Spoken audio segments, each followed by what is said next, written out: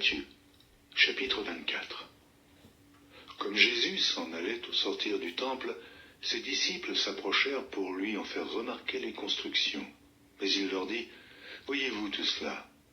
Je vous le dis en vérité, il ne restera pas ici pierre sur pierre qui ne soit renversée. » Il s'assit sur la montagne des Oliviers, et les disciples vinrent en particulier lui faire cette question. « Dis-nous quand cela arrivera-t-il, et quel sera le signe de ton avènement et de la fin du monde ?» Jésus leur répondit, « Prenez garde que personne ne vous séduise, car plusieurs viendront sous mon nom, disant, « C'est moi qui suis le Christ », et ils séduiront beaucoup de gens. Vous entendrez parler de guerre et de bruit de guerre, gardez-vous d'être troublés, car il faut que ces choses arrivent, mais ce ne sera pas encore la fin.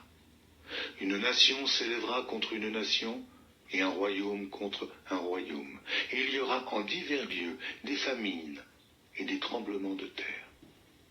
Tout cela ne sera que le commencement des douleurs. Alors, on vous livrera au tourment, et l'on vous fera mourir, et vous serez haïs de toutes les nations à cause de mon nom. Alors, aussi, plusieurs succomberont, et ils se trahiront, se haïront les uns les autres. Plusieurs faux prophètes s'élèveront, et ils séduiront beaucoup de gens.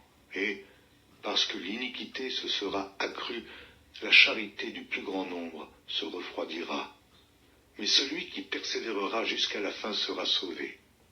Cette bonne nouvelle du royaume sera prêchée dans le monde entier pour servir de témoignage à toutes les nations.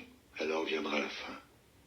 C'est pourquoi, lorsque vous verrez l'abomination de la désolation dont a parlé le prophète Daniel établie en lieu saint, que celui qui lit fasse attention. Alors que ceux qui seront en Judée fuient dans les montagnes, que celui qui sera sur le toit ne descende pas pour prendre ce qui est dans sa maison, et que celui qui sera dans les champs ne retourne pas en arrière pour prendre son manteau.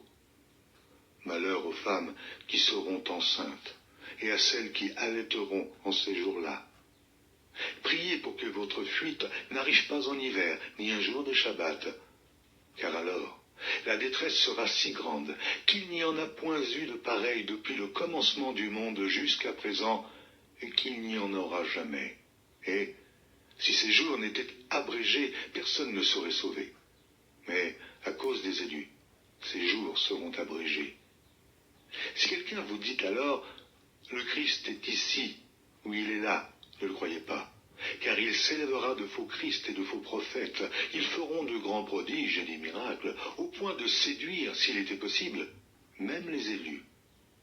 Voici, je vous l'ai annoncé d'avance. Si donc on vous dit, voici, il est dans le désert, n'y allez pas.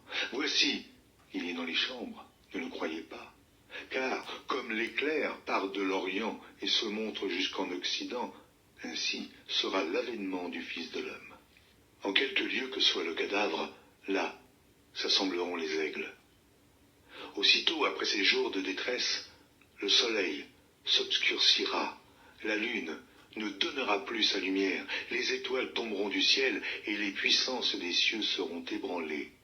Alors, le signe du Fils de l'homme paraîtra dans le ciel. Toutes les tribus de la terre se lamenteront et elles verront le Fils de l'homme venant sur les nuées du ciel avec puissance et une grande gloire.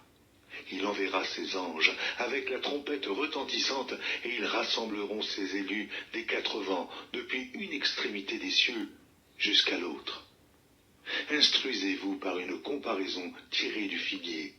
Dès que ses branches deviennent tendres et que les feuilles poussent, vous connaissez que l'été est proche. De même, quand vous verrez toutes ces choses, sachez que le Fils de l'homme est proche, à la porte. Je vous le dis en vérité, cette génération ne passera point que tout cela n'arrive. Le ciel et la terre passeront, mais mes paroles ne passeront point. Pour ce qui est du jour et de l'heure, personne ne le sait, ni les anges des cieux, ni le Fils, mais le Père seul. Ce qui arriva au temps de Noé arrivera de même à l'avènement du Fils de l'homme.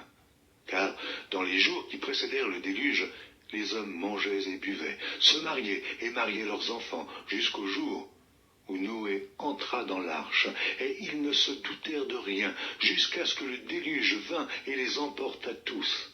Il en sera de même à l'avènement du Fils de l'homme. Alors, de deux hommes qui seront dans un champ, l'un sera pris et l'autre laissé. De deux femmes qui moudront à la meule, l'une sera prise et l'autre laissée. Veillez donc, puisque vous ne savez pas quel jour votre Seigneur viendra. Sachez-le bien, si le maître de la maison savait à quelle veille de la nuit le voleur doit venir, il veillerait et ne laisserait pas percer sa maison. C'est pourquoi, vous aussi, tenez-vous prêts, car le Fils de l'homme viendra à l'heure où vous n'y penserez pas. Quel est donc le serviteur fidèle et prudent que son maître a établi sur ses gens pour leur donner la nourriture au temps convenable? Heureux ce serviteur que son maître à son arrivée trouvera, faisant ainsi. Je vous le dis en vérité, il l'établira sur tous ses biens.